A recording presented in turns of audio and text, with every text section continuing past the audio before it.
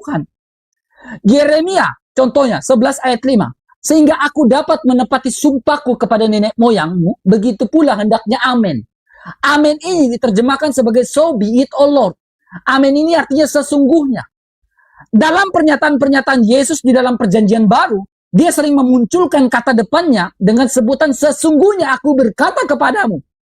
Karena dia adalah sang amin. Makanya dia bilang sesungguhnya, sesungguhnya, sesungguhnya. Karena amin ini artinya sesungguhnya. Yesus adalah sang amin.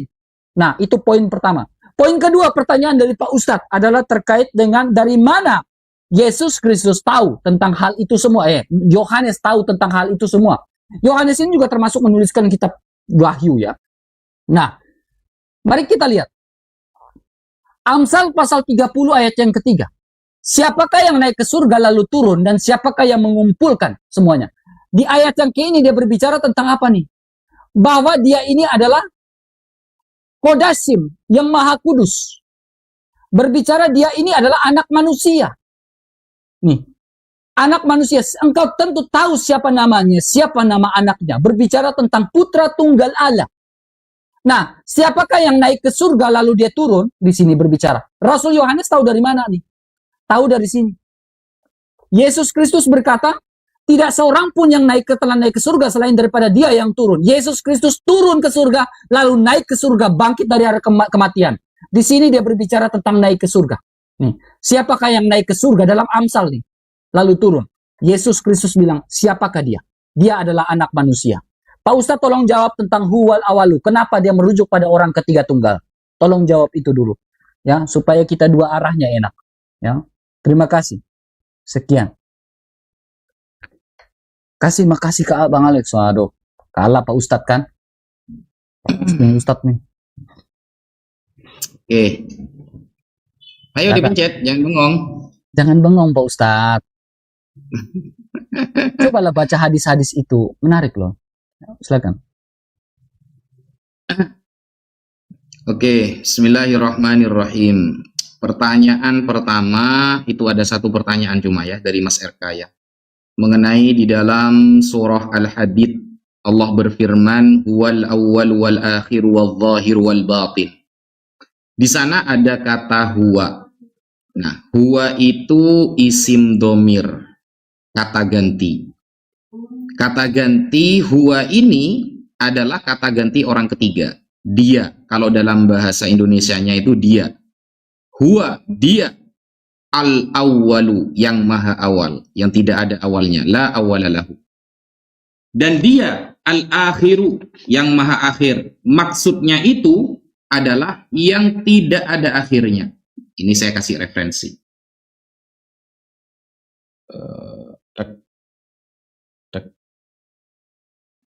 Nah, ini kitab yang sama ya dengan tadi ya. Di sini ada ayat begini ya. Huwal awwalu, dialah yang maha awal, alladzi labtida'a liwujudihi, yang wujudnya itu tidak ada awalnya. Falabtida'a li awwaliyatihi, dan keawalannya itu tidak ada yang berbangsa awal, tidak ada. Memang ada tanpa awal. Wa huwa al-akhir, dan dia yang maha akhir, alladzi lantiha'a liwujudihi, yang kekal, tidak akan pernah punah, tidak akan pernah rusak, dan tidak akan pernah tiada. Falantiha'a li akhiriyatihi, dan ujungnya itu ya tidak ada akhirnya, maksudnya baqo, kekal. Nah, huwa, ya kata huwa ini teman-teman, ini kan domir munfasil. Kalau kita artikan secara Indonesia itu artinya dia. Nah, dia ini adalah isim domir yang merujuk maknanya kepada Allah. Karena kalau ini merujuk kepada selain Allah tidak pantas.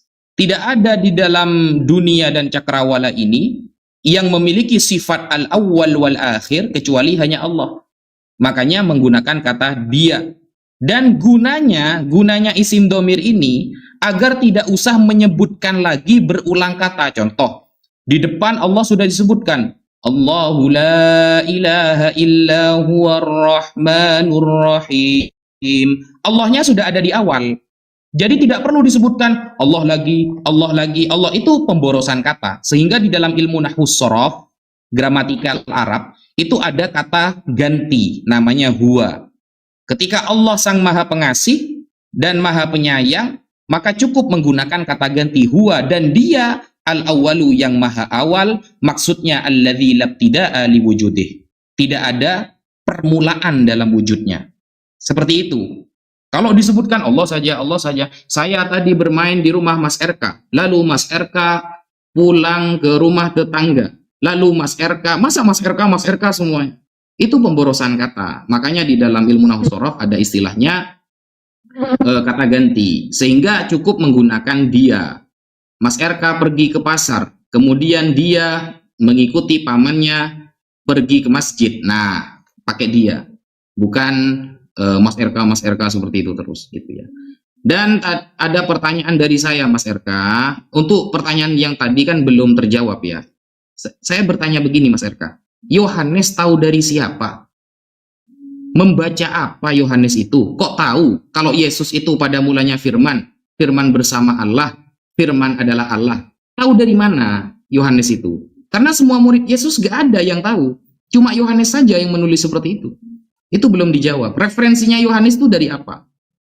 Kemudian Mas RK tadi mengatakan sesuatu yang dimulai dengan definite artikel ho, logos, maka dia maksudnya adalah Yesus. Kalau seperti itu standarnya Mas RK, berarti di dalam Markus 4 nomor 15 dikatakan, lalu iblis datang dan mengambil firman yang baru. Jadi iblis datang mengambil firman yang baru, lalu ditaburkan kepada mereka. Kalau kita lihat di dalam teks aslinya Yunaninya, di sana menggunakan definite artikel juga, hologos dalam bahasa Yunani. Berarti Yesus masa Tuhan pernah diambil sama iblis? Kan tidak cocok, Mas RK. Kan seperti itu. Kalau dalam perjanjian baru yang berbahasa Ibrani ya, Brit Hadasah, itu kan tertulis hadafar. Kalau dalam Yunaninya hologos. Berarti pernah diambil setan berarti Tuhan, Mas RK berarti. Kalau seperti itu statementnya. Sekian.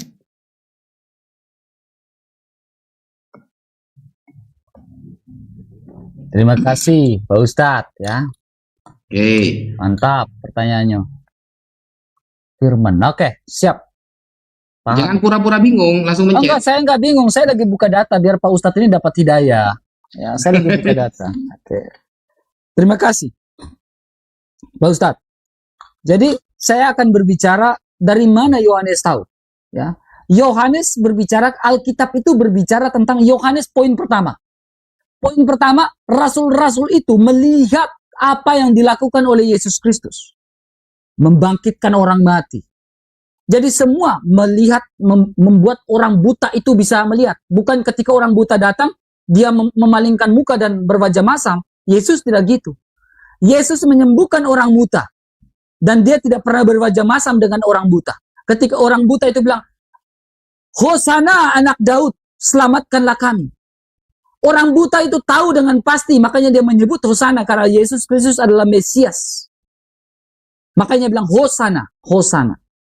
Nah, sekarang dari mana Yohanes bisa mengetahui seperti itu? Karena Yesus Kristus adalah Sang Firman.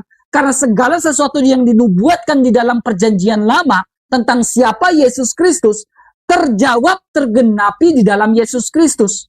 Dan Yohanes mengetahui bahwa Yesus Kristus adalah Mesias yang melakukan segala perkara-perkara. Mujizat-mujizat yang dilakukan itu adalah menunjukkan bahwa dia adalah Mesias. Sampai pada dia mati di atas kayu salib. Dia bangkit pada hari ketiga menunjukkan bahwa dia itu adalah Mesias. Nah, kita bisa lihat. Perhatikan baik-baik. Siapakah yang naik ke surga lalu turun? Ini dalam Amsal. Jadi ini adalah ilham Roh Kudus. Ya. Lalu berkata kepada mereka, ini di dalam perjanjian baru. Kamu berasal dari bawah, aku dari atas. Kamu dari dunia ini, aku dari bukan dari dunia ini. Kata Yesus. Yesus dari atas dan Yohanes mengetahui itu. Karena ditunjukkan dengan sifat wajib yang dimiliki. Yesus Kristus tidak berdosa. Siapakah yang bisa membuktikan bahwa Yesus berdosa? Sehingga Yohanes mengetahui lalu menuliskan bahwa dia adalah hologos, dia adalah Mesias itu sendiri. Nah, itu saya jawab. Nah, sekarang saya mulai berbicara. Pak Ustadz berbicara di dalam ya Markus ya. Orang-orang yang di pinggir jalan tempat firman itu ditaburkan, ya, ialah mereka yang mendengarkan firman. Lalu datanglah iblis dan mengambil firman itu, ya, yang baru ditaburkan di dalam mereka. Nah, firman di sini diterjemahkan apa di sini? Diterjemahkan seperti ini: hotoi de eisen ho paraten, hodon ho posperte, hologos kai hotan, ya. Nah, hologos di sini bukan berarti diambil. Tuhan memberikan sebuah perumpamaan di sini, Pak Ustadz. Perumpamaan di sini maksudnya apa? Bahwa firman itu bukan ditaburkan di pinggir jalan, di bawah, di semak belukar. Ya, jadi ketika kau menerima Yesus Kristus sebagai sang firman, jangan kau hanya suam-suam kuku. Itu maksudnya, karena di situ berbicara perumpamaan. Bukan berbicara di situ adalah sang firman, bukan yang lain. Tapi di situ mengacu pada perumpamaan. Ada perumpamaan tentang menabur di semak berduri, ada menabur di mana? Di pinggir jalan, supaya ketika kau menerima Yesus tidak suam-suam kuku. Akhirnya menerima murtad lagi, menerima murtad lagi. Bukan gitu, itu yang kau menabur di pinggir jalan. Diambil kebahagiaan firman itu dalam hatimu. Bukan berarti pribadi itu diambil, bukan. Nah, sekarang pertanyaan saya untuk Pak Ustadz. Pak Ustadz berbicara tentang huwal awalu wal akhiru. Nah, ada juga, itu kata ganti orang ketiga. Bagaimana dengan pernyataan di dalam Al-Quran? Al-Quran itu ada mengucapkan kata kami. Kami, itu kan ada. Ya, kalikuna kalau nggak salah dalam bahasa Arabnya, kalau nggak salah. Kalau tidak, kalau ini bisa diperbaiki. Ya, kami ini kan plural. Itu kan kata ganti juga, orang pertama jamak. Nah, sekarang, kalau di dalam Alkitab berbicara tentang akulah dia, bukan berbicara tentang pemborosan, tapi berbicara tentang frasa. Frasa yang namanya frasa edosentris. Frasa edosentris itu apa? Frasa edosentris ketika Yesus berkata, akulah jalan kebenaran, dia tetap berbicara tentang egoin. Ketika Yesus berkata, akulah dia, tetap dia berbicara egoin. Nah, di situ berbicara tentang frasa. Nah, bukan berbicara tentang yang lain-lain. Nah, bagaimana kata ganti tentang orang pertama jamak? Kami di dalam Al-Quran. Apakah itu tidak termasuk pemborosan? Apakah itu tidak bertentangan? Al-Quran ini siapa yang tulis sih? Sehingga dia menggunakan kata ganti orang ketiga tunggal? Sehingga dia menggantikan kata ganti orang plural? Siapa yang tulis sih Al-Quran ini? Apakah malaikat Jibril yang menuliskan itu? Atau siapa yang menuliskan? Kan saya tanya. Ya, tolong dijawab dengan baik. Terima kasih.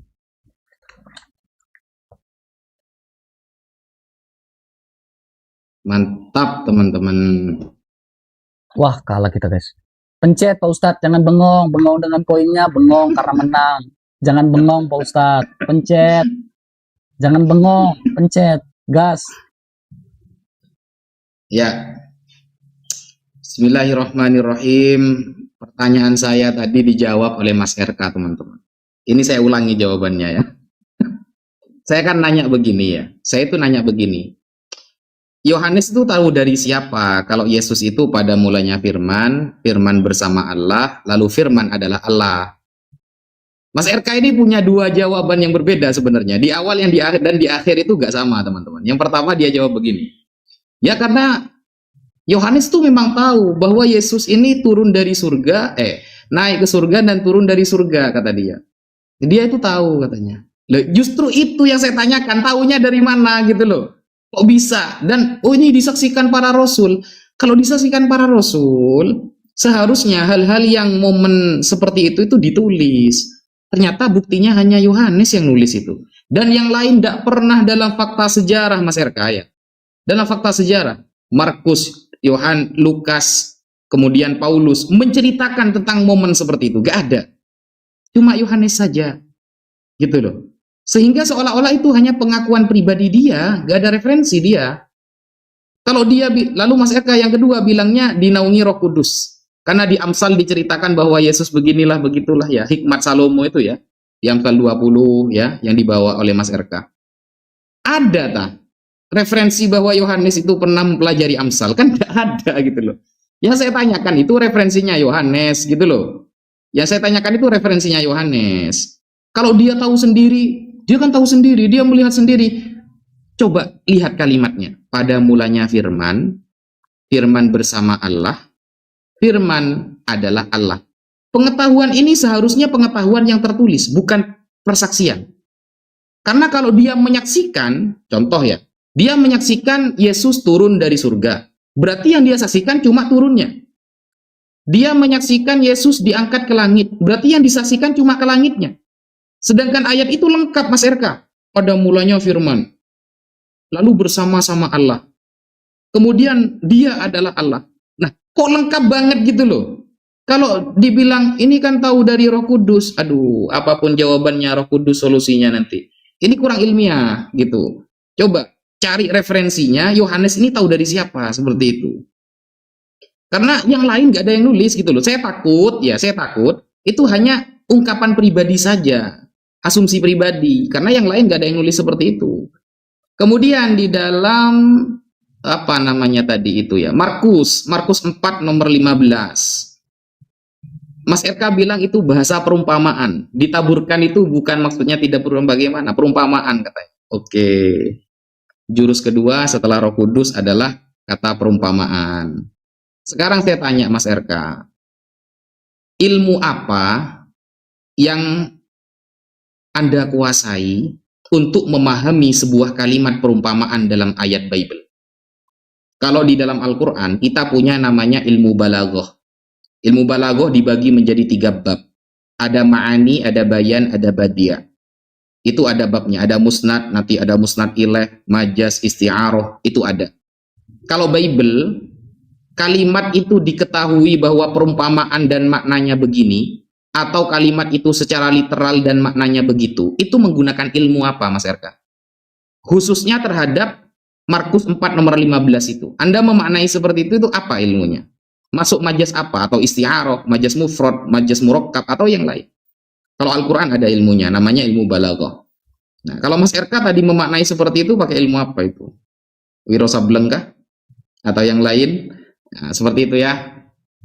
Kemudian Mas RK, tadi Mas RK sudah mengakui teman-teman ya, bahwa ketika iblis datang mengambil firman yang baru, ternyata dalam Yunani juga tersebut hologos. Mas RK di awal sudah berstatement teman-teman, sesuatu yang diawali definite artikel logos berarti maksudnya Yesus. Berarti Yesus pernah diambil oleh setan, iblis. Berarti lebih hebat iblis daripada Yesus. Kan seperti itu. Nah, jadi pertanyaan saya, memahami Markus 4 nomor 15 bahwa itu perumpamaan dan dimaknai sebagaimana tafsiran Mas RK, itu menggunakan ilmu apa?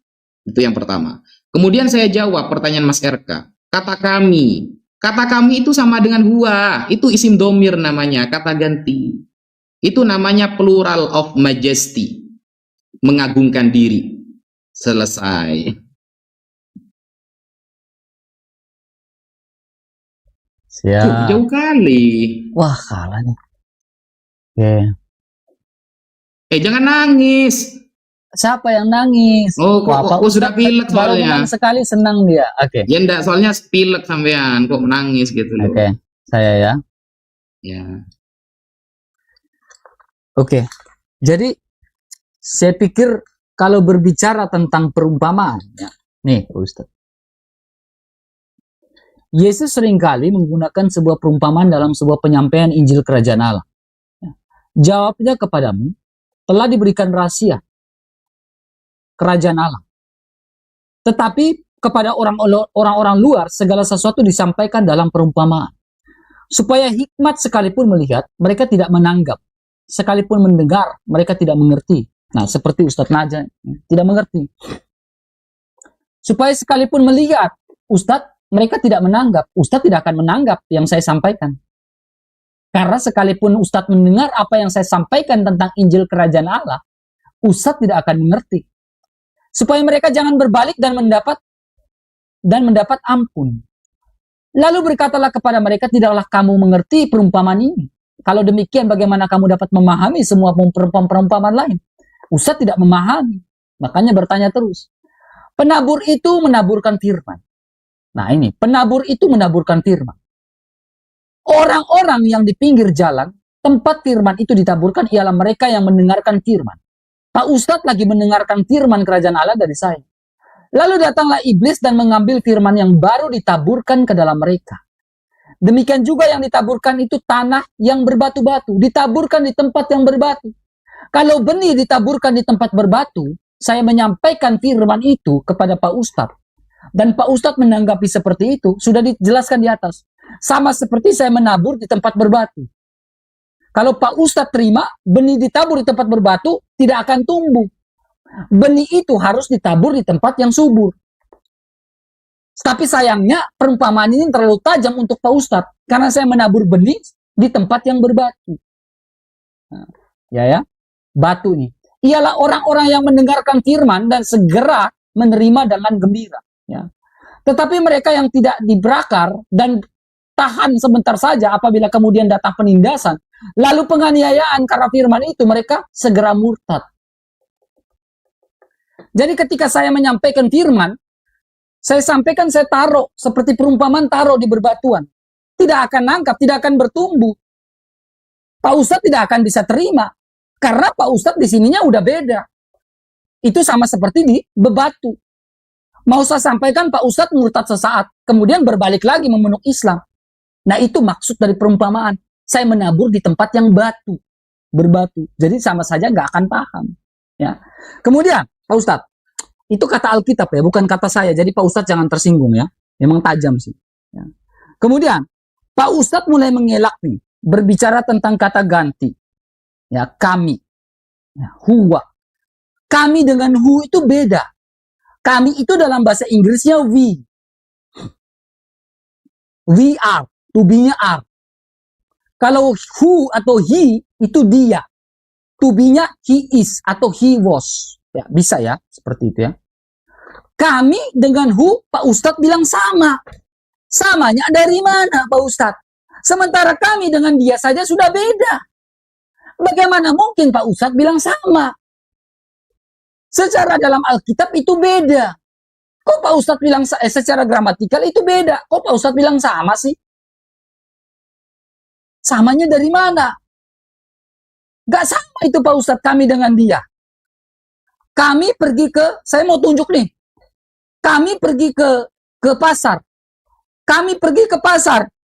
Tapi saya tunjuk ke arah dia. Harusnya kami pergi ke pasar. Kok saya bilang kami, arahnya kami pergi ke pasar. Kan logikanya nggak nyambung. Kami pergi ke pasar, lalu dia tunjukkan ke arah orang ketiga. Kok kalau Pak Ustadz bilang sama sih, kami dengan dia? Nah, kalau Alkitab bisa menjelaskan itu adalah frasa edosentris. Memahami, bagaimana kita memahami Alkitab dengan sebuah frasa. Nah, Pak Ustadz tolong jawab, jangan cengar-cengir. Nah, ini cengar-cengir sudah malu atau bagaimana Pak Ustadz? Ya, tolong dijawab. Kemudian, Pak Ustadz ya. Pak Ustadz berbicara tentang, ya, kalau berbicara tentang Alkitab, Alkitab itu ilham Roh Kudus. Nah, sekarang saya tanya, dari mana Nabi Muhammad tahu bahwa itu adalah ilham dari Allah? Karena itu melalui perantara Jibril. Siapa Jibril? Malaikat Jibril. Kok Nabi Muhammad tahu itu adalah lafal Allah, sementara Nabi Muhammad gak bisa baca? Nah, tolong dijawab. Kok bisa tahu? Kok bisa tahu itu firman Allah? Emang Jibril dari mana? Tolong dijawab. Emang Nabi Muhammad Jibril itu adalah utusan Allah? Sementara di Alkitab mengatakan yang berbeda tentang malaikat yang datang jauh-jauh. Beda loh. Silakan jawab.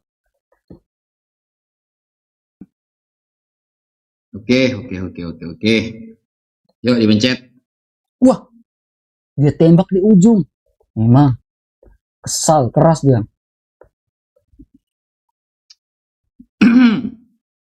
Antara huwa dengan na. Apanya yang sama? Beda. Kalau maknanya ya beda, Mas RK. Maknanya beda. Huwa itu artinya dia, na itu artinya kami. Kata saya itu, sama itu, na dan huwa, sama-sama isim domir. Di dalam bahasa Arab, isim domir itu kata ganti. Domir itu dibagi menjadi dua. Ada domir muttasil, ada domir munfasil. Yang munfasil, huwa huma hum, hiya huma hunna, anta antuma antum, anti antuma antuna, ana nahnu. Kalau domir muttasil, hu huma hum, ha huma hunna, kakumakum kikumakunna, yana. Na dan huwa sama-sama kata ganti. Di awal kan Mas RK bertanya, kalau huwa itu dijadikan dalil bukan kata pemborosan, menggunakan kata ganti, lalu bagaimana dengan kata kami? Itu kan pemborosan katanya. Loh, sama-sama isim domir itu, sama-sama kata ganti. Berarti membuang pemborosan. Seharusnya innallaha ma'as sabirin. Pakai Allah, disebutkan nama. Kalau menggunakan kata ganti, sesungguhnya kami, dia, mereka, kamu, saya. Itu kata ganti namanya dalam bahasa Arab, isim domir. Justru adanya isim domir itu agar tidak ada pemborosan kata, Mas RK, gitu loh. Nabi Nuh aja menggunakan kata kami di dalam Al-Quran. Dan Mas RK, begini. Mas RK paham nggak sih sama pertanyaan saya sebenarnya? Saya belum menemukan jawaban yang pas loh. Referensi dari Yohanes mengetahui bahwa Yesus itu pada mulanya firman. Firman bersama Allah. Firman adalah Allah. Kenapa? Itu ketika Mas RK menjawab, oh ini disaksikan. Kalau disaksikan berarti satu kejadian, Mas RK. Kalau disaksikan berarti satu kejadian. Entah Yesus yang terangkat ke langit atau yang turun ke langit. Tapi kalau sampai mengatakan pada mulanya firman bersama Allah. Dan dia adalah Allah. Padahal Yesus sendiri mengatakan dalam Yohanes 8 nomor 55. Ditulis ya. Yohanes 8 nomor 55, Yesus dengan tegas mengatakan, padahal kamu tidak mengenal dia. Kalian tidak ada yang mengenal dia. Hanya aku yang mengenal dia. Dan aku menuruti firman-Nya, kata Yesus. Aku menuruti firman-Nya dengan tinta merah. Yohanes 8 nomor 55. Yesus secara tegas bahwa kalian tidak ada yang mengenal dia. Kok bisa Yohanes mengenal? Rinci lagi pengenalannya itu. Pada mulanya firman, firman bersama Allah, firman adalah Allah. Rinci banget gitu loh. Berarti menentang perkataan Yesus, kalian tidak mengenal dia. Kan seperti itu. Kemudian Mas RK begini. Kalau Mas RK itu, saya kan tadi nanya ya. Markus 4 nomor 15 itu menggunakan ilmu apa dalam bahasa perumpamaan? Perumpamaan ini kalau kita mau arahkan ke bahasa Arab itu majas atau isti'aroh. Contoh di Al-Quran ada kalimat begini Mas RK. Yauma yukshafu an sakin. Hari di mana betis disingkapkan. Banyak orang yang mengatakan, oh ini berarti Tuhan punya betis dong. Di dalam surah Al-Qalam. Nah, dijelaskan dalam ilmu bahasa Arab bahwa kata sa'un adalah kinayatun ya an syiddatil amri yaumal qiyamah lil hisabi wal jaza.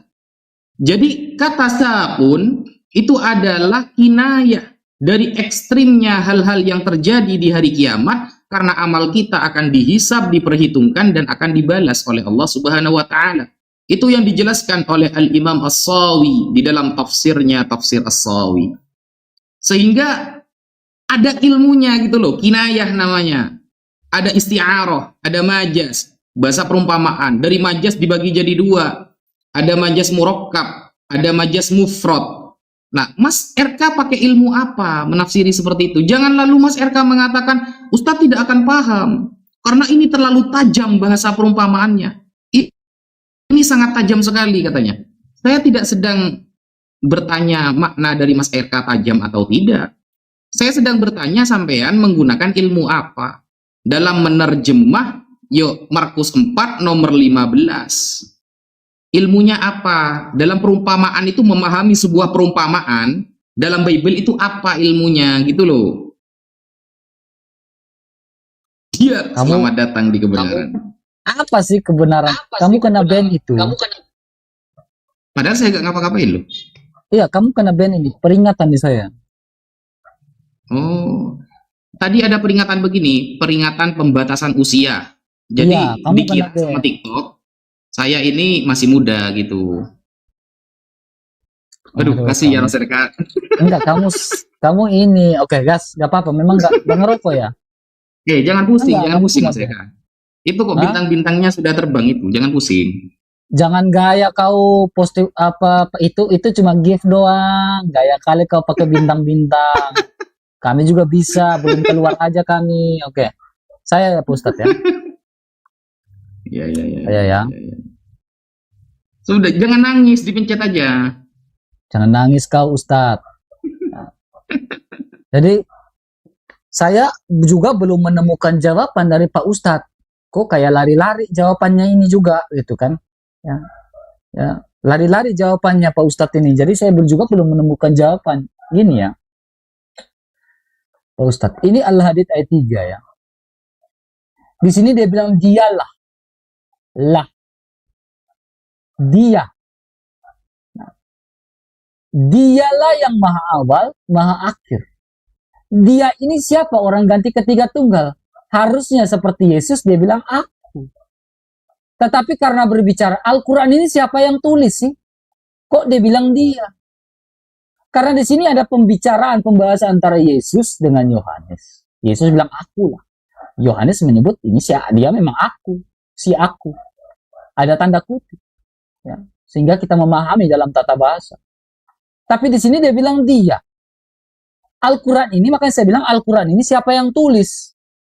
Kok dia bilang orang ganti ketiga tunggal? Siapa yang nulis Al-Quran ini sehingga dia merujuk ke arah orang ketiga? Harusnya Al-Quran bilang aku, karena Al-Quran ini firman Allah.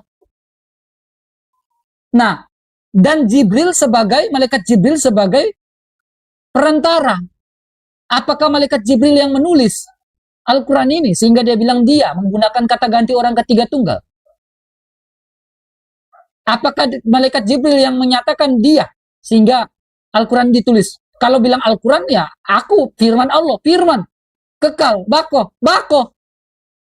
Nah, kok di sini dibilang dia kata ganti? Nah, Yesus Kristus berkata, akulah dia. Ini dalam Al-Hadid. Dialah yang maha adil. Yesus bilang, akulah dia itu. Dalam Yohanes pasal 8. Akulah dia itu. Jika kau tidak percaya bahwa akulah dia itu, kau akan mati dalam dosamu. Jadi Yesus menggunakan kata ganti orang pertama tunggal dan kata ganti orang ketiga tunggal sebagai sebuah keterangan penekanan bahwa dia itu betul-betul si aku. Nah, tetapi di sini Pak Ustadz bilang domir dan lain-lain. Nah, di sini harusnya dia bilang akulah dia. Tapi kenapa dia bilang hanya penggunaan orang ketiga? Lalu ada kata kami lagi kalau di penggunaan Al-Quran lain-lain. Kami ini jamak. Kami ini seperti siapa sih? Allah kamu itu jamak atau Allah kamu itu siapa? Kalau jamak berasal dari mana itu? Kok bisa Allah kamu jamak? Ya katanya dia itu yang wahid. Ya. Wa ilahukum ilahu wahidun. Ya. Nah, kalau dia itu wahidun, dia itu satu tunggal, berarti harus menggunakan singular. Lah kenapa dia bilang wa ilahukum ilahu wahidun tetapi di situ gunakan kami? Plural. Wahid itu kan satu. Gak mungkin dua. Gak mungkin tiga. Kecuali berbicara tentang ehad. Ahad pasti akan berbicara tentang mia, dua, duo. Ya, karena ada esmen. Itu ehad. Nah, di situ dia bilang kami. Sementara dia bilang wa ilahukum ilahu wahidun. Satu wahid. Tidak ada duanya. Satu tunggal. Only. Nah, kalau only, kenapa dia bilang kami? Nah, ini logikanya gimana? Coba jelaskan secara gramatikal. Dia bilang Allah kamu dalam Al-Quran, tiba-tiba dia bilang wahidun. Tiba-tiba kalau wahidun berarti tunggal. Kenapa dia bilang jadinya kami? Tiba-tiba dia bilang dia. Orang ketiga tunggal. Memang tunggal, tetapi ada kami. Lah ini tunggal atau jamak? Kok tiba-tiba di situ bilang wahidun? Nah, ini kan logika falasi kalau secara gramatikal. Bagaimana Pak Ustadz menanggapi secara gramatikal? Dia bilang wahidun, tetapi tiba-tiba dia bilang kami. Wahidun kan satu. Kok tiba-tiba jadi kami dalam Al-Quran? Harusnya konsisten dong Al-Quran. Kan dari Allah. Konsisten dong. Bagaimana Pak Ustadz menanggapi ini? Selamat datang di kebenaran. Dor Pak Ustadz. Tolong dijawab pakai gramatikal. Ya. Itu dor itu coba logikanya jalan nggak? Wahidun. Tiba-tiba jadi kami plural. Lah, katanya wahidun. Kok di situ tulis kami? Nah, ini tolong mulai berpikir yang normal ini. Apa jawaban secara gramatikalnya ini? Tolong dijawab. Dor, selamat datang di kebenaran, Pak Ustadz. Selamat datang di kebenaran. Jangan kabur. Jangan nangis, Pak Ustadz. Jangan nangis. Mukanya udah kayak gak ceria gitu. Kenapa, Pak Ustadz? Gak usah nonton yang di atas ya, biar gak sakit hati. Jangan nangis, Pak Ustadz. Aduh, yang di bawah udah panas itu. Pencet. Jangan bengong, pencet.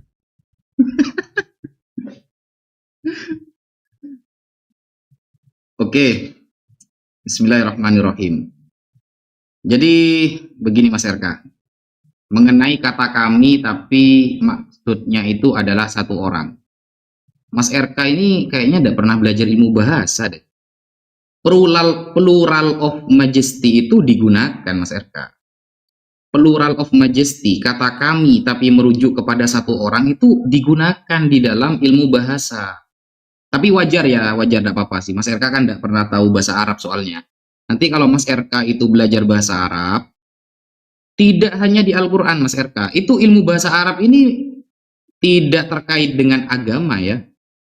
Orang Kristen pun banyak yang bisa berbahasa Arab ketika dia orang Arab atau belajar gramatikal Arab.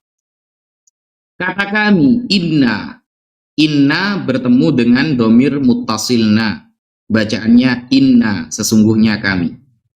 Plural of majesty itu digunakan oleh semua negara. Kami berjanji bahwa kami akan melaksanakan, yang ngomongnya kepada dirinya maksudnya. Kepada dirinya. Kami menetapkan bahwa Undang-Undang Dasar tahun 1945 RK adalah keturunan PKI seumpama ya, seumpama. Ya itu maksudnya ya dia, bukan kami banyak orang, dia saja. Itu namanya ilmu bahasa, plural of majesty. Hal seperti itu hal yang receh Mas RK. Ya, receh itu cuma ilmu bahasa itu. Kalau Mas RK paham di dalam bahasa Arab itu ada yang namanya lil mu'azzam nafsah. Jadi domir nahnu atau domirna yang berarti kami, itu maknanya adalah lit ta'zim, lil mu'azzam nafsah, pengagungan diri. Kata pengagungan diri itu digunakan dalam ilmu bahasa Arab, tapi ya susah. Mas RK ada belajar bahasa Arab soalnya. Gitu loh. Jadi saya mau menjelaskan ini seolah-olah pertanyaan Mas RK wow gitu. Ternyata ya gak wow banget, itu ilmu bahasa kelas MTS itu. Lil mu'azzam nafsah namanya, pengagungan diri. Kemudian pertanyaan saya begini Mas RK. Saya belum menemukan jawaban yang pas ya. Referensi Yohanes dari mana ketika dia itu mengatakan pada mulanya firman bersama Allah dan firman adalah Allah. Karena kalau kita lihat di dalam Kisah Para Rasul 4 nomor 13, Mas RK, Petrus dan Yohanes itu dikatakan apa? Tidak terpelajar. Bayangkan, Petrus dan Yohanes adalah orang yang tidak terpelajar. Dalam bahasa Yunani itu apa? Agramatai, eisin, kai, idiotai. Idiot. Ya, idiot apa ya? Bahasa yang sopan apa ya? Jangan idiot lah. Intinya nggak pinter gitulah ya. Yohanes itu orang yang nggak pinter gitu. Dan dia itu orang yang nggak bisa baca juga.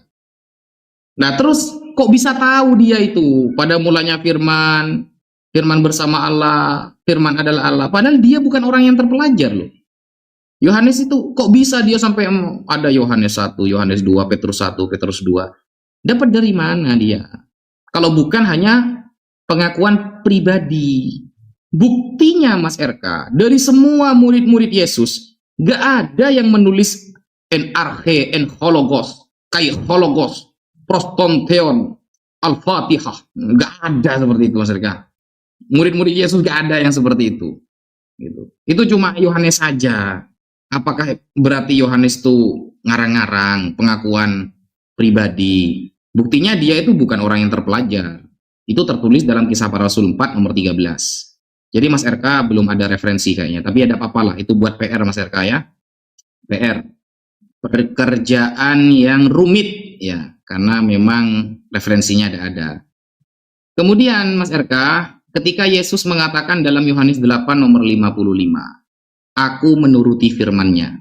Bayangkan, Yesus adalah sang firman. Disebutkan hologos. Yohanes 1 nomor 14, dia telah menjadi daging. Yohanes telah menjadi manusia. Yesus telah menjadi manusia. Ternyata di Yohanes 8 nomor 55, dia menuruti firman-Nya. Firman yang mana lagi? Katanya dia itu sudah Tuhan. Sang firman yang menjelma jadi manusia. Dia masih menuruti firman-Nya. Masa Tuhan menuruti firman? Begitu. Oke. Jangan pura-pura nangis. Jangan nangis, Pak Ustadz. Santai aja, Mas RK. Ya, Pak Ustadz. Ya. Jangan bengong, pencet. Jangan bengong, pencet. Ini ada bunda saya dari Kanada kan datang. Ini kasihan sama Mas RK katanya.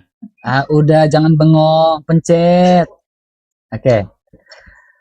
Pak Ustadz, jangan nangis, Pak Ustadz. Ya. Jadi gini, saya ini kan guru ya, Pak Ustadz ya. Guru yang fokus untuk mengajari orang membaca. Ya. Kalau anak itu tidak bisa membaca, saya itu kasih tahan kelas, Pak Ustadz. Ya. Dia tidak bisa baca, tidak bisa memahami isi bacaan. Nah, itu yang namanya, saya nggak tahu. Tapi saya tidak pernah mau bilang anak itu bodoh. Ya. Yang idiot itu adalah orang yang tidak bisa membaca, Pak Ustadz. Nah, itu baru dikatakan idiot. Dikatakan bodoh. Itu yang tidak bisa baca.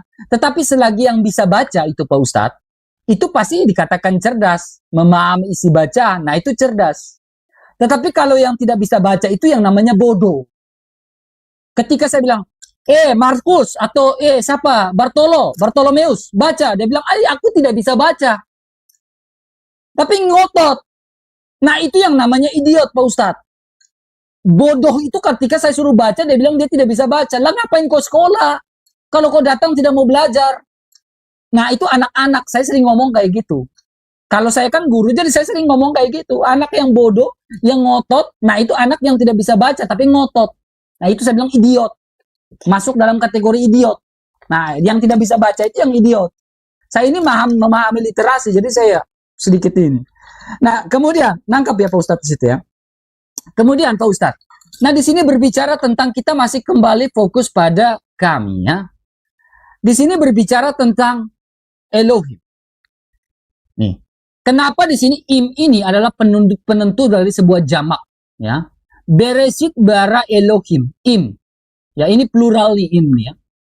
Et hasyamaim wa et haaretz. Ya. Haaretz. Ini haaretz. Kenapa di sini dia bilang menggunakan im plural? Karena di sini berbicara tentang wayomer, berfirmanlah Allah. Di sini dia berbicara tentang warwah, ya. Nah, Alkitab berbicara tentang kami karena di situ berbicara Allah menggambarkan tentang siapa dirinya, bagaimana Allah itu. Sehingga dia bilang wayomer, warwah. Makanya di situ penanda im. Karena di dalam diri ada Allah, ada roh, ada firman. Makanya wayomer im Elohim, ha Elohim. Nah, tetapi bagaimana dengan Al-Quran? Pak Ustadz bilang itu ajaran anak SD. Ya udah Pak Ustadz jelaskan. Ya kan? Kalau ajaran anak SD jelaskan. Wa ilahukum ilahu wahidun, wahid. Lah kenapa jadinya kami? Lah dia itu kan laisa kamislihi syai'un. Allah itu tidak serupa dengan makhluk apapun. Dia itu wahid. Dia itu tunggal. Lah kalau dia tunggal, kenapa menggunakan plural? Plural ini dari mana secara gramatikal? Nah, saya hubungkan. Kalau berbicara tentang tunggal, di sini berbicara seperti apa? Hen esmen kai, ya. Haberit ani we afi ekat anaknu. Nah, di sini berbicara tentang hen dan esmen. Kalau berbicara tentang hen dan esmen, ini di sini berbicara tentang heis. Mia, ya, hen ini netral. Nah, kata bilangan 1, 2, 3 dan seterusnya menggunakan bentuk maskulin, makanya menggunakan heis, duo, tres, tetares, pente dan seterusnya. Ya. Nah, tetapi di situ dia menggunakan wahid. Kalau wahid itu kan yakit, ya, tunggal, sebiji. Nah, kalau wahid itu tunggal dan sebiji, bagaimana penjelasan secara gramatikal? Wah, naja kena tidak tersambung.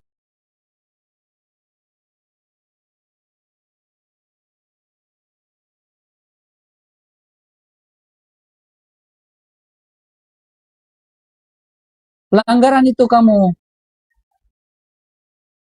Gak ada suara. Gak ada suara kamu. Ada yang report kayaknya. Saya nggak ngapa-ngapain padahal. Ya, oke. Lanjut. Sudah. Waktunya berapa tadi? 2 menit, sisa 2 menit. Yuk. Oke. Nanti ini 2 menit. Kita ini ya. Soalnya Pak Ustadz kena pelanggaran nanti berdampak ke saya nanti. Iya, iya, Berdampak iya. ke saya nanti. Langsung anu Like aja. saya. Oke. Saya langsung ya. Nanti Pak Ustadz ya. 2 menit ya. Pak Ustadz bisa hitung ya. 2 menit ya. 26, 27, 28. 28 ya. Oke. Nah, saya mulai hubungkan ini ya. Di sini berbicara tentang apa nih? Ini tentang gramatikal. Ya. Saya pingin Pak Ustadz menjelaskan. Nah, kalau berbicara tentang ekad, pasti akan berbicara tentang heis, duo, dan lain-lain. Contohnya, satu keluarga. Bapak, ibu, dan anak adalah satu keluarga. Nah, berbicara tentang ekad. Nah, tetapi kalau bicara tentang yakid atau wahid, bukan, jangan pegang kepala Pak Ustadz. Peningnya. Kalau berbicara tentang yakid, tadi nyari jawaban nggak nemu. Lanjut. Oke, kalau berbicara tentang yakid itu tidak ada yang lain-lain lagi karena dia tunggal, tidak ada 2, 3, 4, nggak ada. Nah, kalau di situ dia berbicara berarti bukan jamak, betul-betul satu, sebiji. Dia bilang wa ilahukum ilahu wahidun. Wahid. Kecuali dia bilang dia berbicara tentang Allah itu adalah ahad, ehad. Sesuai Al-Baqarah dan lain-lain. Mungkin masuk akal, ada 2, 3-nya. Nah, kalau berbicara tentang wahidun, berarti tidak ada 2-nya, 1. Karena berbicara laisa kamitslihi syai'un. Nah, kalau di situ laisa kamitslihi syai'un sesuai tauhidnya, bagaimana dia menerangkan kami? Nah, ini kan logikanya udah nggak masuk, Pak Ustadz. Dia bicara tentang wahid, tapi di situ dia bicara tentang kami. Kalau memang gampang, ya silakan jelaskan. Terima kasih, silakan Pak Ustadz. Pak Ustadz, silakan close statement, habis itu saya close statement. Kan saya kan mulai dari awal. Karena Pak Ustadz nanti berdampak nih ke live saya, Pak Ustadz. Pelanggaran. Saya mau jawab dulu ya. Lah kan, ini Pak Ustadz jawab, habis itu Pak Ustadz close statement. Ya, saya jawab terus close statement saya. Wah, itu mah enak di Pak Ustadz, Pak Ustadz. Kan ini kan saya jawab. Anda jawab juga close statement, kan gitu kan? Bukan gitulah. Saya kan jawab. Tadi kan saya duluan open statement. Nah, saya nggak takut Pak Ustadz. Kenapa Pak Ustadz? Pak Ustadz yang takut. Kan tadi saya open statement. Masalahnya Pak Ustadz udah keben terus dari tadi. Berdampak ya, ini saya 5 menit ya. Saya 5 menit ini saya jawab. Pak Ustadz silakan close statement. Habis itu saya close statement. Kan saya yang mulai duluan. Gimana jangan nangis gitu aja santai aja. Jangan nangis. Gas. Aman lah. Jangan gitu. Takut-takut Pak Ustadz. Udah kepala pusing tadi. Masuk loh Pak Ustadz gini tadi. Aduh, Mas RK. Jadi gini Mas RK. Mas RK ini menolak kata kami. Ketika Allah mengatakan sesungguhnya kami yang menurunkan Al-Quran dan kami pula yang menjaganya. Kok bisa? Katanya wahid. Tapi kok kami? Katanya satu. Tapi kok plural? Nah, Mas RK kayak gak pernah baca Bibelnya gitu loh. Kata Elohim itu apa Mas RK? Dalam gramatikal, kata Elohim itu ada yod dan mem. Ya, ada yod dan mem. Kalimatnya jamak, tapi bermakna satu itu. Kalau itu bermakna banyak ya, jamak yang jamak, seharusnya di dalam Kejadian 1 ayat 1 tertulis begini. Bereshit barahu Elohim. Seharusnya barahu, bukan bara. Tapi ternyata kenyataannya di dalam Kejadian 1 nomor 1, Bereshit bara Elohim. Berarti Elohim ini maknanya satu, jamak keagungan, plural of majesty, you understand? Begitu. Aduh, gitu aja gak bisa Mas RK ini. Elohim itu kan ada yod, ada mem ya. Seharusnya kalau itu bermakna jamak Mas RK, bermakna jumlah, seharusnya kan Bereshit barahu Elohim. Ternyata kan tertulis Bereshit bara Elohim, menunjuk kepada satu sosok. Meskipun kalimatnya menggunakan mem, yod, plural of majesty itu hal biasa dalam ilmu bahasa. Kalau Mas RK tadi mengatakan saya itu ngajar, saya itu guru, saya mengajar anak-anak itu membaca. Ya kalau guru TK ya nggak tahu juga. Plural of majesty ini diketahui mungkin SMP ke atas. Kalau Mas RK guru mungkin gurunya guru PAUD. Oh ami belalang kupu-kupu itu mungkin yang diajari. Itu ya gak ngerti plural of majesty kalau kayak gitu. Ya, kok Bereshit bara Elohim. Coba tertulis bara atau barahu. Bara kan menunjuk kepada satu zat kan, satu sosok kan. Gitu aja gak paham Mas RK ini. Kemudian Yohanes dan Petrus itu di dalam Kisah Para Rasul 4 nomor 13 tertulis secara jelas dalam bahasa Yunani agramatoi eisin kei idiotai, buta huruf, tidak terpelajar, tidak bisa membaca, dan mohon maaf kurang pinter. Kalau bahasa kasarnya idiot. Lalu tahu dari mana dia itu? Yesus pada mulanya firman bersama Allah, firman adalah Allah. Tahu dari mana? Orangnya aja gak terpelajar, orangnya idiot, orangnya gak bisa baca, sok-sokan. Kok bisa tahu seperti itu? Gitu loh maksudnya. Dari tadi gak ada referensi Mas RK. Itu dan penutupan untuk saya teman-teman. Nanti Mas RK 5 menit jawab sambil penutupan juga. Kan enak kan? Penutupan dari saya ya tadi sudah saya jelaskan dari kitab Qul Hadhihi Sabili yang ditulis oleh Sayyid Muhammad bin Alwi Al-Maliki Al-Hasani Al-Makki mengenai Al-Quran dengan menggunakan dua makna. Ya. Kalau tadi ada istilah kan katanya laisa kamitslihi syai'. Allah itu tidak sama dengan apapun. Kenapa menggunakan kata kami yang seolah-olah itu berjumlah dan lain sebagainya begini dan begitu. Nah, sepertinya saudara kita ini tidak memahami maksud Allah tidak sama dengan apapun itu apa. Maksud Allah tidak sama dengan apapun itu dalam 3 hal. 1, sifat, sifatnya. Tidak ada yang sama seperti sifat Allah. Allah maha atas segala maha. Tidak ada selain Allah yang bergelar maha. Kecuali mahasiswa. Ya, mahasiswa itu tapi tidak menunjukkan itu kemahaan ya. Maha yang sangat agung. Kemudian Allah berbeda dengan segala makhluknya dalam hal apa? Zat, personal, eksistensinya. Tidak ada yang sama seperti Allah. Kemudian Allah itu berbeda dengan makhluknya dalam hal apa? Fil af'al, dalam pekerjaan.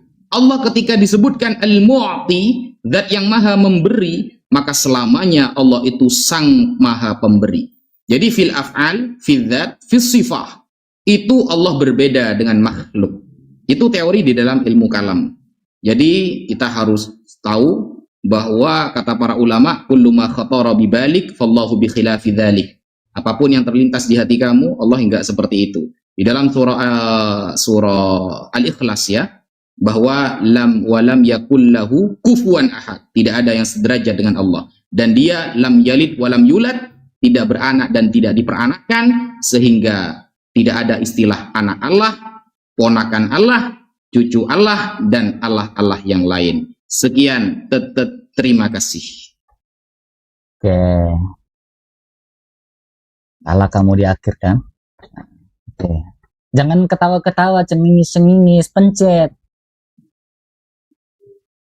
Udah kena pelanggaran kau dari tadi itu. Tandanya alam aja nggak ridho, TikTok nggak ridho kamu. Nah, oke, Pak Ustadz. Terima kasih, Pak Ustadz. Perhatikan baik-baik, Pak Ustadz ya. Pak Ustadz berbicara, saya guru PAUD ya, guru TK ya. Pak Ustadz tahu dari mana? Nih Pak Ustadz, saya itu hal kecil aja saya berbasis bukti Pak Ustadz. Ini dari mana nih? Ini nama siapa nih? Mikael. Ya. Jadi ketika Pak Ustadz mulai menuduh orang, saya itu dari UNICEF langsung. Jadi jangan asal ngomong, ya. Jadi kalau bilang saya guru PAUD, orang saya dari UNICEF kok. Saya memahami semua konsep-konsep gramatikal, semua saya paham kok. Jadi menuduh sesuai kayak Pak Ustadz ini udah nggak sanggup lagi berdebat dengan saya. Akhirnya mulai cengar-cengir sembarang gitu ya. Nah, gini Pak Ustadz. Kalau berbicara tentang Elohim, itu berbicara tentang kalau tunggal nama Allah itu El, ya.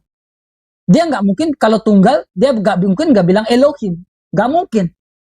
Tetapi Allah menggambarkan dirinya itu adalah Elohim dalam Kejadian 1 ayat 1. Dia tidak menggambarkan dirinya adalah El. El Adonai. Nah, itu ada maksud konteksnya berbeda. Tapi kalau dia menggambarkan tentang bagaimana kebagaimanaan dia menggambarkan tentang Elohim. Kenapa? Nih, Pak Ustadz. Ini maksud saya, Pak Ustadz. Nah, Bereshit bara Elohim, Alef Lamet He Yot Im, Mem. Ini mem akhirnya udah gini. Ya, biar saya ajarin bahasa Ibrani, biar Pak Ustadz paham. Alef Lamet He Yot Mem. Mem akhir. Kalau mem awal tuh gini. Jadi, kalau berbicara im, kenapa di sini im? Karena di sini ada keterangan di bawah tentang wa yomer. Karena di sini ada keterangan di bawah berbicara tentang warwah. Makanya di sini dia penanda, di sini adalah im. Kalau tidak ada keterangan di mana, berarti tidak mungkin ada penanda, di situ adalah im. Pasti di situ ada berbicara tentang el. Nah, sehingga kita bisa menjelaskan bagaimana Allah. Nah, bagaimana Allah di dalam Al-Quran, wa ilahukum ilahu wahidun. Pak Ustadz menjelaskan, lah itu kan kami, gini. Lah, harusnya menjelaskan secara gramatikal dong. Kayak saya jelaskan secara gramatikal. Berbicara tentang heis, berarti itu merujuk pada maskulin. Mia bermujukan pada feminin. Kalau berbicara tentang heis, maskulin berarti ada duo, tres, tetares, dan lain-lain. Itu pasti ada dalam bahasa Yunani. Sementara kalau bilang wahidun berarti satu. Berarti tidak ada heisnya, tidak ada heisnya, tidak ada duo, tidak ada tres, tidak ada tetaresnya, tidak ada. Tidak ada pantenya, tidak ada. Itu pasti pentenya tidak ada. 1, 2, 3, 4 itu tidak ada lagi. Karena di situ berbicara wahid, tunggal. Nah, kalau tunggal, kenapa di situ penjelasannya itu adalah kami? Kalau Alkitab penjelasan kami jelas bagaimana Allah ada wayomer waruah, sehingga penanda di situ adalah im, bentuk plural. Lah kalau wahid, kenapa jadi plural? Tunggal, satu, kok jadi tunggal? Nah, ini kan logika falasi. Nah, tapi nggak apa-apa, Pak Ustadz sudah sampai pegang kepala, itu nggak apa-apa. Berarti saya udah merasa bahwa Pak Ustadz sudah tidak saya framing, nggak apa-apa, udah nggak sanggup diskusi dengan saya. Sampai dia pegang kepala itu kasihan teman-teman, ya, kasihan. Nanti ada rekotannya teman-teman. Saya bisa edit nanti. Jadi Pak Ustadz kalau udah sampai pegang kepala, kita juga harus menghargai Pak Ustadz, teman-teman. Jangan sampai dia paramex, jangan sampai dia bodrex. Kasihan teman-teman, dia udah nggak sanggup berpikir. Ya masalah ini dia udah nggak sanggup. Jadi kita perlu menghargai Pak Ustadz. Tetapi terima kasih banyak Pak Ustadz. Nah, inilah diskusi yang saya senang, saya sukai dari Pak Ustadz Wafi dan juga Nandar, ya saya senang. Ya, kalau mau berdiskusi, berdialog, ya jangan seperti kayak siapa namanya itu, CCI itu. Nah, itu jangan seperti kayak gitu, ya. Kalau dia memahami Unang Soleh. Kalau dia memahami hadisnya, ya kita senang dia menjalankan hadisnya, dia menjelaskan hadisnya, dia menjelaskan Al-Qur'annya. Kita senang mendengarkan edukasi, oh ini Al-Quran ternyata gini ya, Islam ternyata gini ya. Tetapi menjelaskan kitab orang tapi tidak mau menjelaskan kitab sendiri, bagi saya itu nggak fair. Tetapi saya apresiasi buat Pak Ustadz Wafi, pertahankanlah diskusi seperti ini. Ya kita ketawa-ketawa meskipun ada kepanasan, Pak Ustadz sampai pusing lawan saya, ya udah nggak apa-apa Pak Ustadz ya. Terima kasih. Wabillahi taufik wal hidayah buat Pak Ustadz dan kita semua. Ya. Alhamdulillah. Alhamdulillah Pak Ustadz. Udah selesai, alhamdulillah. Jangan ketawa-ketawa, malu-malu kali Pak Ustadz. Ya. Dia sedang menghibur diri sebenarnya, guys. Dia menang 960 dia ya, guys ya. Luar biasa. Dia belum tahu ijazah saya itu kalau udah bukan jangan dari kayak Sinandar, udah selesai debat masih ngomong. Udah selesai debat selesai.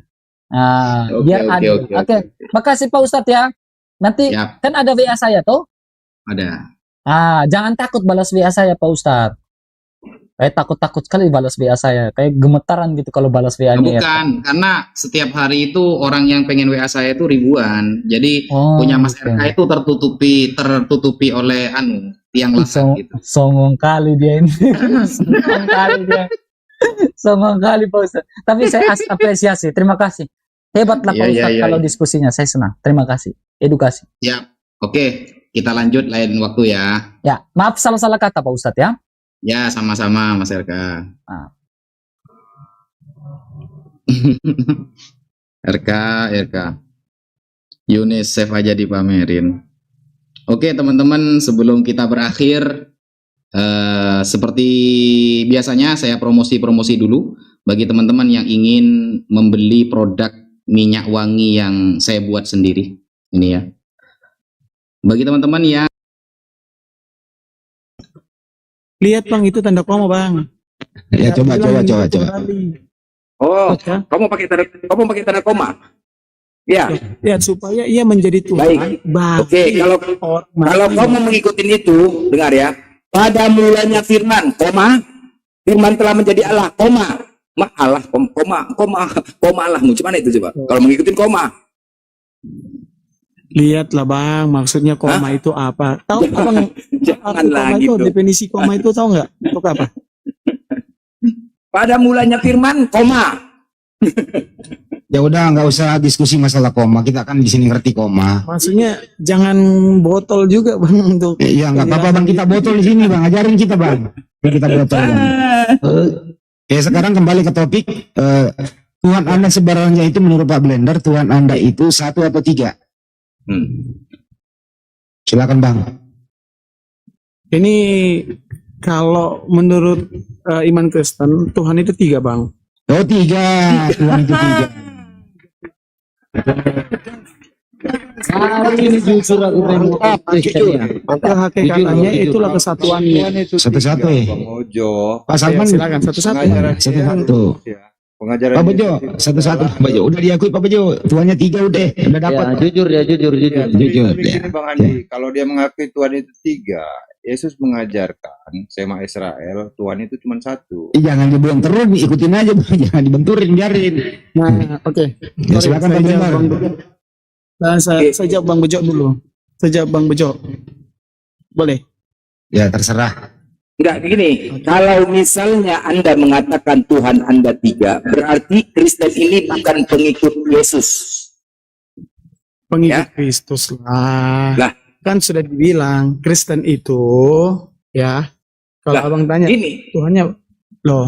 hukum yang terutama, dengarlah hai orang Israel, Tuhan Allah kita Tuhan yang Esa. Itu kata Yesus. Berarti kau mengatakan Tuhanmu 3, berarti kalian bukan pengikut Yesus ya. Oke, boleh saya jawab? Ya silakan bang, Tadi kan saya sudah bilang keesaannya itu adalah sebagai Allah, satu kesatuannya sebagai Allah.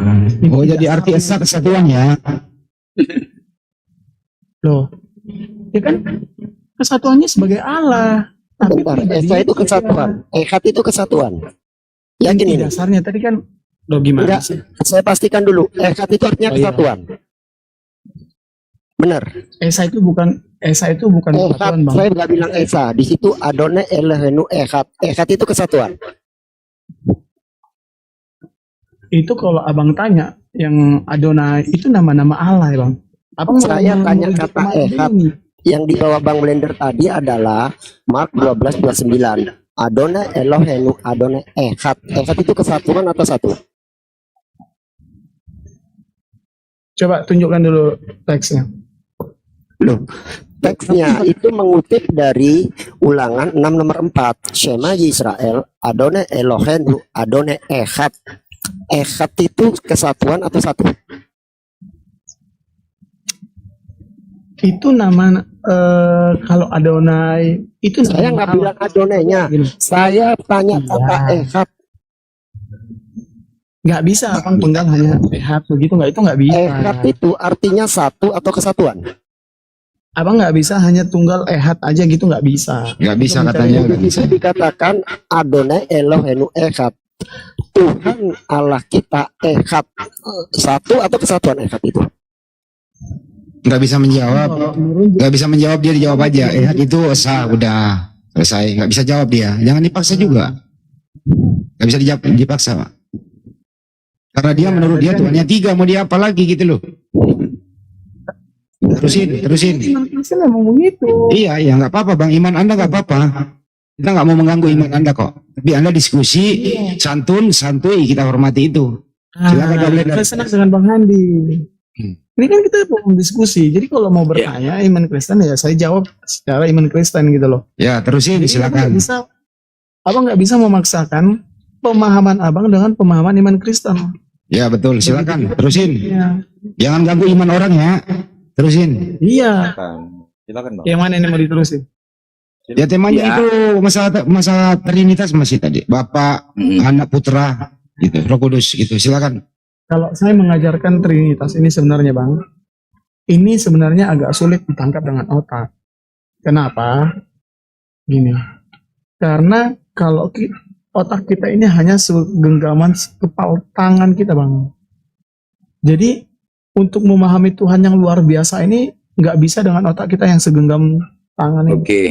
Oke, baik. Ya. Pertama untuk memahami Kristen itu caranya gampang. Percaya dulu Tuhan Yesus udah, nanti akan gampang. Oke, baik. Bang, Sekarang saya izin tanya. bentar Bang, Bang Blen, izin bentar Bang. Sedangkan Dia katakan Sorry, Tuhannya sorry. tadi 3, ya kan? Coba Sorry. begini. Gini loh konsepnya. Kan Tuhan itu kan untuk seluruhnya, ya kan? Tuhan tidak bisa dilihat, Tuhan tidak bisa didengar. Ya. Artinya Tuhan tidak kelihatan. Bagaimana mungkin kalau kita sulit untuk memahami tentang ketuhanan, bagaimana kita mau yakin terhadap Dia? Paham Anda kan? Ketika kita sulit untuk memahami Tuhan, bagaimana kita mau yakin terhadap Dia? Sedangkan Dia tidak terlihat dan tidak bisa didengar. Paham kan? sekarang saya Menurut tanya, Anda, Bang. konsep Trinitas ini sulit atau tidak menurut Anda? Oke. Kalau iman Kristen itu Allah menyatakan dirinya dengan dua hal, wahyu umum dan wahyu khusus. Wahyu umum itu melalui apa? Melalui alam ciptaan yang sekarang ini, ya. Semuanya itu pembuatan Allah, ya. Itu wahyu umum. Wahyu khususnya penjelasannya itu. kepada Tritunggal ya Bang Ojo ya. Karena Iya. Abang bilang tadi kan Kristen beriman kepada adanya Tritunggal. Coba Abang sampaikan kalau Tritunggal. Enggak, tunggu dulu, jangan dipotong dulu biar saya jelasin dulu toh. Ya. Karena Anda kan Kristen. Bejo, jangan dipotong, Bejo. Lanjut. Kita harus adil lagi. Kita harus adil biar dia juga. Kita banyak loh di sini. Allah katanya ya, bukan Yesus ya. Ya Pak Arik. Kita banyak di sini. Beri dia porsi yang banyak, nggak apa-apa. Ya lanjut. Supaya kondusif. Ya. Kita ganti-gantian gitu loh. Saya juga senang kalau debat, maksudnya tukar pikiran begini. Jadi kalau untuk Tapi kok ada musik ini? musik apa ya? Iya. Aja. Siapa yang feedback nih? Rahim Bang Iya, lagi aja nih. Andi. Rahim, Pak, terusin. itu Gak apa-apa, terusin Pak Ojo. ada kiroatnya. Oke. Ya gak apa-apa, gak masalah. Kita lanjut aja atau gimana? Ya terusin. Oke. Jadi Allah menyatakan dirinya dengan dua hal. Ini pernyataan iman Kristen ya Bang. Wahyu umum dengan wahyu khusus. Wahyu umum itu dengan ciptaan yang ada. Sedangkan wahyu khusus itu melalui Alkitab. Nah untuk memahami Tritunggal itu berdasarkan apa? Berdasarkan Alkitab, tapi nggak segampang itu juga Bang. Makanya saya kalau mengajarkan orang, bagaimana kok supaya paham tentang Tritunggal, terkadang orang Kristen pun kadang belum paham. Caranya itu cuma satu, percaya Tuhan Yesus dulu, baru kau paham tentang Tritunggal. Oke, cukup. Oke, Waduh, agak berisik di sana ya. yuk lagi Di- azan Bang. Ya di mute aja dulu. Di mute aja dulu. Oke, siap-siap. Jadi menurut beliau, teman-teman, kalau ingin mengerti Kristen harus Anda menjadi Kristen dulu. Gitu loh Pak Blender, teman-teman yang lain. Jadi Trinitas itu sulit untuk dijelaskan secara tuntas begitu. Harus Anda mengerti dulu, harus Anda menuhankan Yesus dulu. Nah, baru ngerti gitu loh. Nah, ini masih ada Kak Teti nih. Apakah Pak Blender bersedia menuhankan Yesus dulu? Silakan. Nah, itulah tadi kan ketika ada misalnya orang mau pindah agama, ini contoh ya.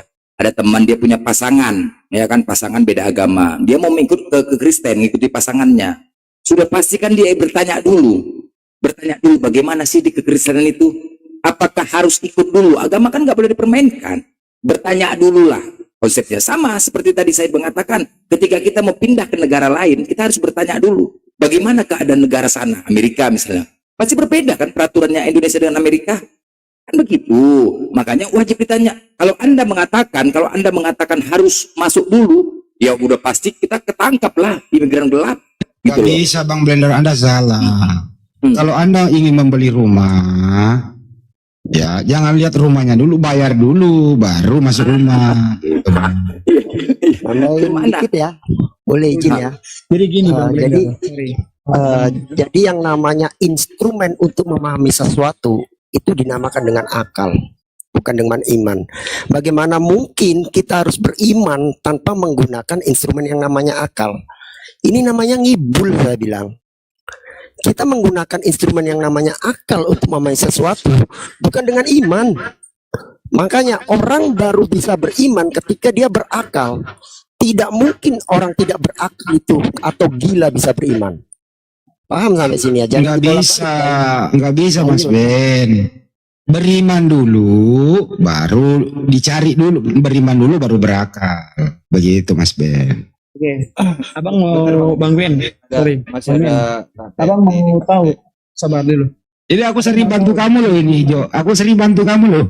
Tunggu Jo, tunggu Jo. Abang, Bentar, Jo. Bang, Aku mau tanya sama Bang Bejo sama Bang Ben, sorry. Bentar, Bang Jo. Abang, Bentar, Jo. Aku mau tanya Mungkin Bang Handi, dengan pendapat tadi. mungkin Bang Handi Ya, bisa Katet. buka di 11 ayat 1 dulu, supaya iman itu tahu definisi iman itu. Ibrani 11 ayat Ayat 1. Mungkin bisa ditampilkan di layar kayaknya. Apa Bang? Apa? Ibrani 11 ayat 1.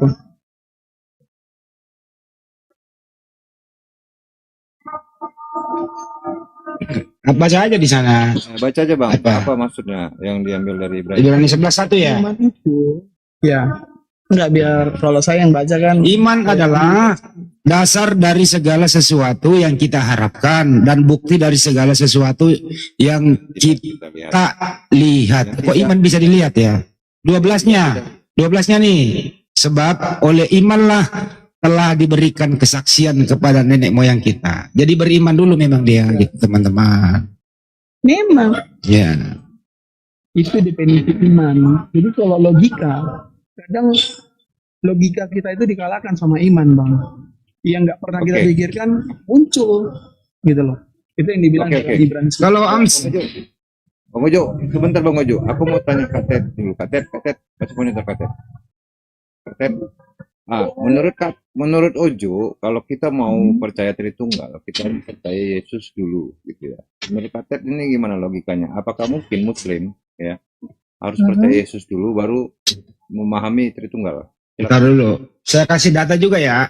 Amsal 3 nomor 5, Pak Ojo dengerin. Percayalah kepada Tuhan dengan segenap hatimu dan janganlah bersandar kepada pengertianmu sendiri. Bagaimana itu, Bang? Nggak boleh berpengertian sendiri loh. Iya, nggak boleh berpengertian sendiri. Itu menunjukkan apa, Bang? Nggak hanya logika kita yang kita mainkan, tapi percaya sama Tuhan. Kan itu maksudnya. Pengertian sendiri kadang itu logika. Kalau mengatakan Yesus Tuhan itu 3, itu pengertian sendiri atau ajaran Yesus? Nah, jadi makanya aku bilang, supaya abang paham tentang Tritunggal, masuk Kristen dulu. Enggak ini loh. Dengerin dulu Bang, saya tanya kepada Anda. Ya, Gini Bang, Tritunggal itu, dengerin dulu Bang. Tritunggal itu, Tuhan itu 3. Ini pengertian sendiri atau ini ajaran Yesus? Oke, kalau kita lihat Bang, memang di Alkitab itu nggak ditulisnya langsung Tritunggal, tapi merujuk kepada ketritunggalan. Kenapa? Enggak, saya nggak nanya itu. Saya ulang loh, sederhana ini Bang Jo. Tritunggal 3 Tuhan ini pengertian sendiri atau pernah diajarkan oleh Yesus? Ini yang mau saya jawab Bang. Dijawab dulu, pengertian sendiri atau ajaran Yesus, baru dijelasin gitu loh. Itu berdasarkan Alkitabiah. Alkitabiah. Tolong tunjukkan di mana Yesus pernah mengajarkan Tritunggal. Di mana Alkitabiahnya itu? Silakan. Tadi saya sudah bilang bahwa Alkitab tidak mencatat langsung Tritunggal gitu. Tapi kalau abang mau merujuk ke Tritunggalan, coba abang baca dalam Kejadian 1 ayat 26. Kejadian 1 ayat 26. Itu menciptakan sesuai dengan gambar kita gitu ya. Iya, kata kita itu kanya besar. Kita itu menunjuk kepada Allah, Bang. Kita itu menurut Abang. Di situ Yesus ada. Enggak, Kejadian 1:26 Yesus sudah ada. Ada. Oh, ada Yesus di Kejadian 1 ya. Iya. Di situ menunjuk Abang. Saya mau nanya dulu. Nah, saya lihat orang yang di sini kan pemahamannya cukup bagus. Saya mau nanya sama Abang dulu. Kata kita itu tunggal atau jamak, Bang? Kalau bahasa Indonesia kita itu ya banyak jamak. Jamak toh? Berarti lebih dari satu. Lebih dari satu. Iya. Ya, jadi Tuhan Anda lebih dari satu ya. Betul. Oke, Tuhan Anda lebih satu. Cukup. Ini kan Asik toh? Asik. Asik. Tiga lagi. Aduh. Ini politeis ini. Abang nanya tadi berdasarkan iman Kristen. Ya. Iya, udah cukup. Udah kita paham kok Tuhan Anda lebih dari satu. Ya udah mau di apa? Iya. Ya silakan terusin. Itulah yang menentukan. Jadi sekarang begini ya. Coba Anda sebutkan satu aja. Apa sih yang kalian ikutin dari Yesus? Satu aja. Oke. Apa sih yang kita ikutin dari Yesus? Ketaatan. Taat. Semua agama taat disuruh. Loh, betul. Kan tadi abang nanya, apa sih yang kalian ikuti dari Yesus? Ketaatan. Taat terhadap. Oke. Dia taat sama bapaknya. Dia mati. Sebenarnya dia dia bisa aja sih enak-enakan di surga, tapi bapaknya suruh turun jadi manusia. Taat terhadap Tuhan aja. Kepada manusia enggak? Orang tua enggak? Nah, ini keimanan Kristen ini ada dua dasar. Pertama, kasihlah Tuhan Allahmu dengan segenap hatimu. Itu iman. Yang kedua, itu kasihlah sesamamu manusia. Berarti apa? Taat untuk mengasihi. Baik. Mengasihi Oke. Tuhan dan mengasihi sesama manusia. Baik, oke. Saya bacakan dalil. Lukas 14:26. Jikalau seseorang datang kepadaku, dia tidak membenci bapaknya, ibunya, saudaranya, bahkan diri sendiri, dia bukan sebagai murid Yesus. Pertanyaannya, apakah kalian sudah membenci orang tua? Coba orang baca lagi. Jikalau seseorang datang kepadaku, dia tidak membenci bapaknya, ibunya, saudaranya, bahkan diri sendiri, dia bukan sebagai murid Yesus.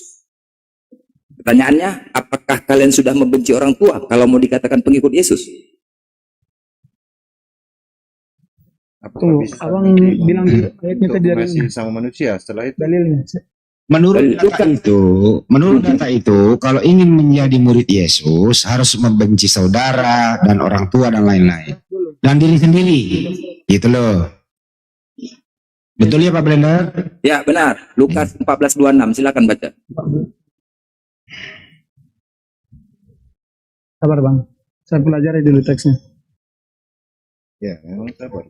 Itu nanti akan membuat Anda membantah sendiri mengasihi seseorang. Bahaya tuh kalau mengikuti Yesus itu. Tapi kalau saya sih, Lukas salah tulis ini, salah wartawan ini salah mengutip berita nih. Mohon izin saudara-saudaraku yang seiman, secara logika saja, sudah kabur dia. Ya, Kabur. Padahal aku udah halusin loh. Aku bela dia kadang-kadang loh.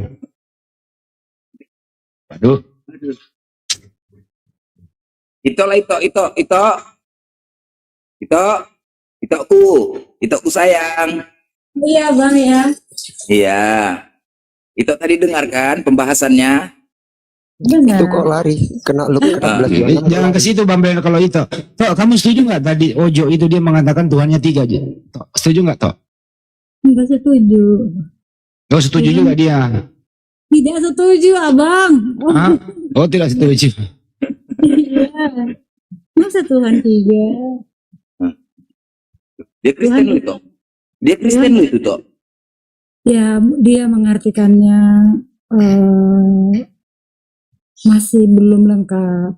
cara mengartikannya. Jadi ada yang mengkategorikan seperti ini: Allah Bapa, Anak Allah, Yesus, Roh Allah, Roh Kudus, gitu. Jadi ada Tapi kata Allah di dalamnya, ada kenapa kata nggak itu bantah tadi pernyataan dia itu? Kami udah sempat percaya loh. Aku mendengar, Bang. Iya, kalau itu nggak setuju, bantah. Kami tadi, wah berarti Tuhannya Kristen 3. Nah, coba. Kenapa Iya, itu jadi bantah sama dia? maka dikatakan ketiganya itu Esa ya, di situ keilahian itu ada Allah Bapa, Anak Allah, Yesus, Roh Allah, Roh Kok Kudus. ketiganya Esa? Masa 3 itu Esa? Gimana sih? Kan itu 3 tadi. Allah Iya, Bapa, kok maka ketiganya Esa? Sejak kapan Esa itu 3 itu? keilahiannya itu loh, Bang, hakikatnya loh. Kalau bisa merupakan suatu ramuan, esensinya itu ya satu gitu. Tok gini aja Tok, kalau mau menjadi Kristen yang nggak ribet, mending pindah ke Unitarian aja dulu. Unitarian itu nggak gini loh, Unitarian itu Kristen juga. Ya. Yesus itu adalah utusan Tuhan, ciptaan Tuhan, yang disembah hanya Bapa. Yesus hanya utusan, ciptaan Tuhan. Unitarian loh, Kristen juga loh dia. Hampir sama dengan saksi Yehova. Jadi Yesus itu bukan Tuhan menurut mereka. Mending pindah ke Unitarian dulu biar enak. Bang, betul. Aku ini diutus oleh Bapak, kan begitu. Maka tadi udah aku menjawab Bang Blender, itu namakah Yesus itu atau apa begitu kan? Dia mengaku utusan. Itu aku tanya, itu aku tanya dulu. Diutus yang mengutus sama yang diutus beda nggak? Kalau mengutus, diutus, Beda beda. nggak? Beda. Nah, beda. Yang diutus siapa? Yang diutus Yesus namanya. Nah, berarti Yesus punya orang yang mengutus dia. Dirinya yang menjadi manusia, begitu bahasanya. Nah, di sini jadi blunder kamu itu. Di sini kamu jadi blunder itu. Kalau diutus sama yang mengutus itu beda, terus kamu tidak bisa memberikan sebuah arti penjelasan. Ya, Bu, dengerin dulu ya, ada Unitarian. Selamat siang, Bu. Selamat sore, Kal. Sore ya. Sorry. Bu, ini ada nih Trinitas.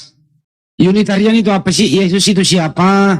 Konsepnya seperti apa, Bang? Terus ya ini nih dijelasin dulu nih, ini ada Unitarian, ini ada Trinitas lagi goyang nih. Katanya Tuhan 3. Yesus Tuhan, silakan. Ibu. Ya, saya sering menjelaskan sama Bang Hendy juga bahwa sebenarnya isi Alkitab itu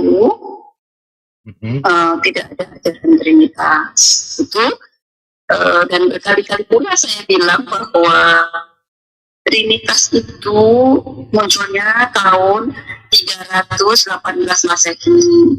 Jadi itu dalam Konsili Sinasea munculnya itu ya, tahun itu. Sebelum tahun itu muncul ajaran Trinitas yang ujungnya nyembah Yesus,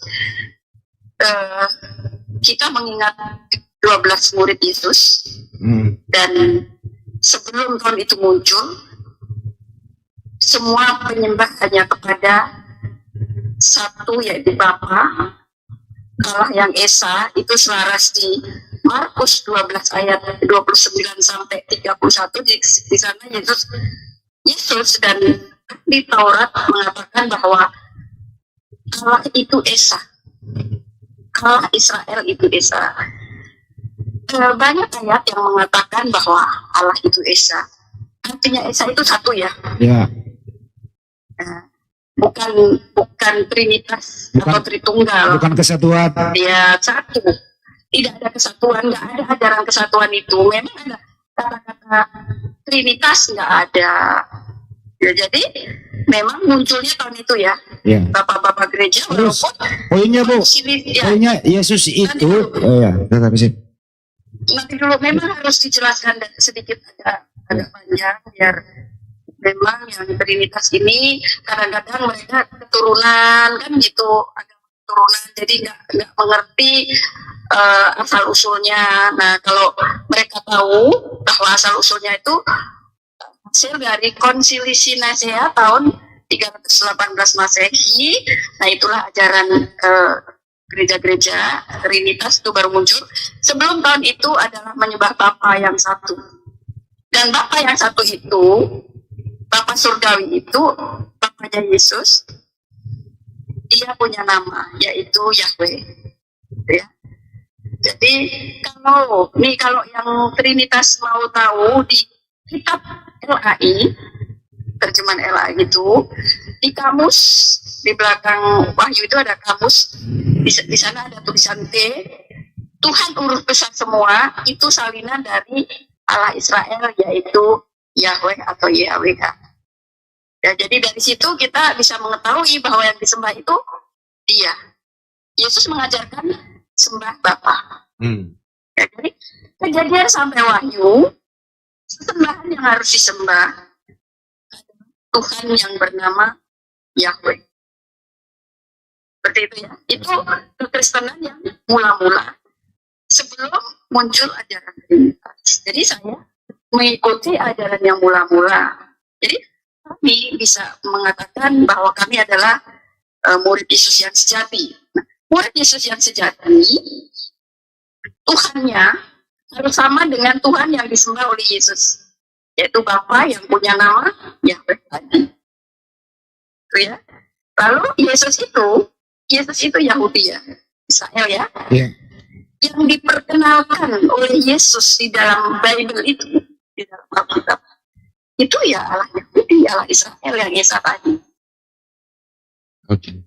Ya, Yeah. Yahweh tadi. Makanya kalau murid Yesus yang sejati ya memang Tuhannya harus persis sama seperti Tuhannya Yesus, Bapaknya Yesus. Oke, jadi